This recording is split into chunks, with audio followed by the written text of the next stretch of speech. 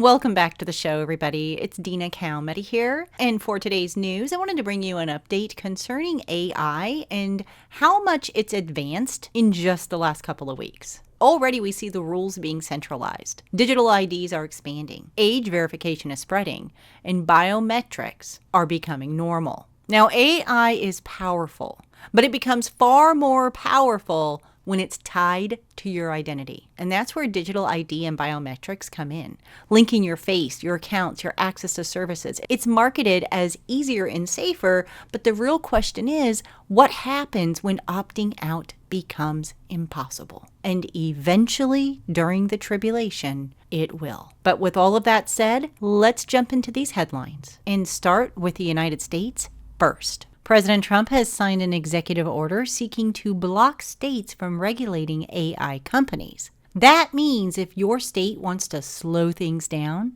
put in guardrails, or protect its citizens, Washington can now step in and say, no, big tech decides the pace. That is centralization of power in the name of innovation. At the same time, Google's CEO admits that AI is going to put society through the wood chipper. And his message is basically, we just have to suffer through it.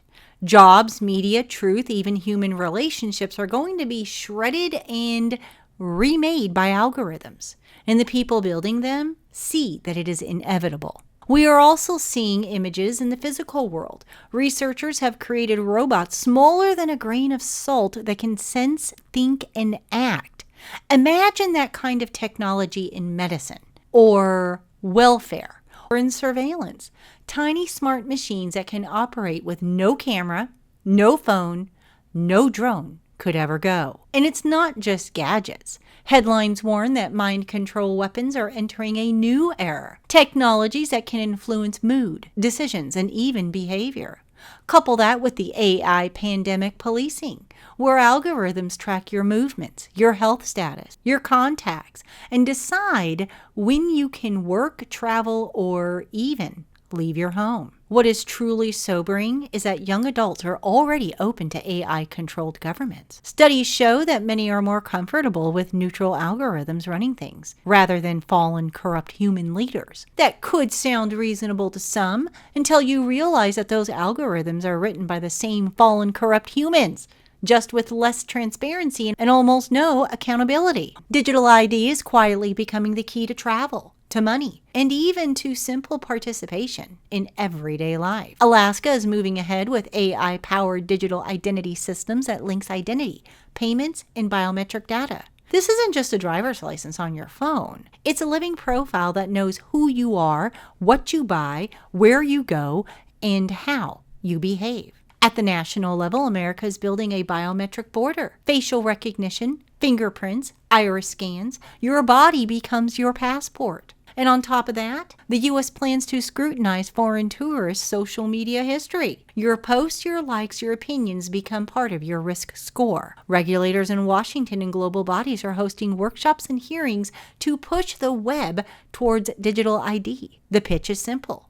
We need to know who's behind every account to stop harassment, disinformation, but age verification and safety policies can easily become the Trojan horse for a universal digital ID. And we're watching that play out in real time. Australia has launched a youth social media ban and tied it to mandatory online age verification. Legacy Media is celebrating it as the world's first domino. But that domino isn't just about kids. It's about building the infrastructure that can later be applied to everyone. The question many are asking, will age verification become the Trojan horse for a national or even global digital ID system? Because once you have to prove who you are to log in, to post, to read, to pay, anonymity disappears.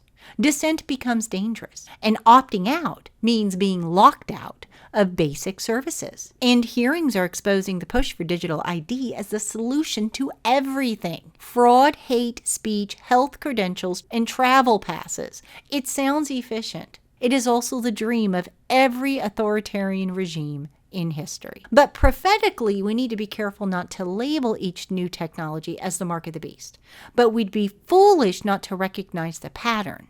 A world where buying, selling, traveling, and speaking are all tied to a centralized system of identity and loyalty. Revelation 13 warned of a time when participation in the economic system would be conditional, actually mandatory. We are watching the plumbing of that possibility being installed. Across the Western world, new laws are tightening the grip on speech. In Canada, BC 9 is being described as a new speech crackdown that poses a rising threat to the gospel itself. Under the banner of combating hate, biblical preaching on sin, repentance, and other acts could be painted as criminal. And here in the United States, House lawmakers are uniting around more than a dozen kids' online safety bills. On the surface, it sounds noble. No one wants children exploited online. But behind the language is massive expansion of surveillance and weakened privacy. Systems that give governments and tech companies greater power to decide what is safe and what must be suppressed.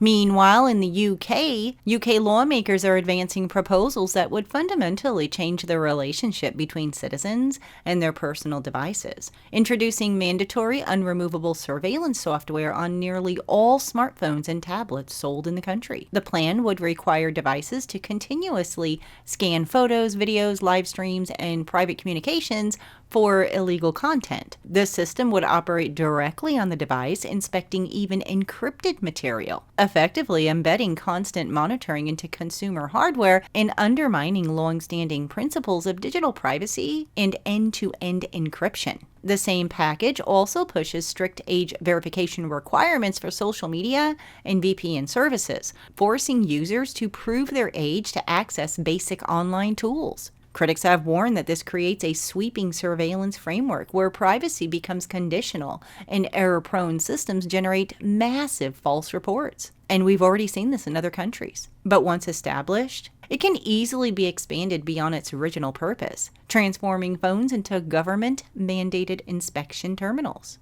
In the meantime, the U.S. War Department has unveiled GenAI.mil, a new government-wide artificial intelligence platform that signals a decisive shift towards an AI-first military posture. The rollout begins with Google Cloud's Gemini for Government, now available across Pentagon desktops and U.S. military installations worldwide. Officials describe the platform as a force multiplier designed to embed generative AI into military operations, intelligence analysis, logistics, and planning. Backed by President Trump's mandate for AI supremacy, GenAI.mil aims to ensure American dominance in what leaders openly describe as the next global battlefield. Under the Secretary of War for Research and Engineering, Emil Michael framed the moment in sweeping terms, declaring AI to be America's next manifest destiny, with no tolerance for second place in the race for technological dominance. Secretary of War Pete Hegseth echoed that vision, calling artificial intelligence a God-given opportunity to reshape warfare and deterrence itself.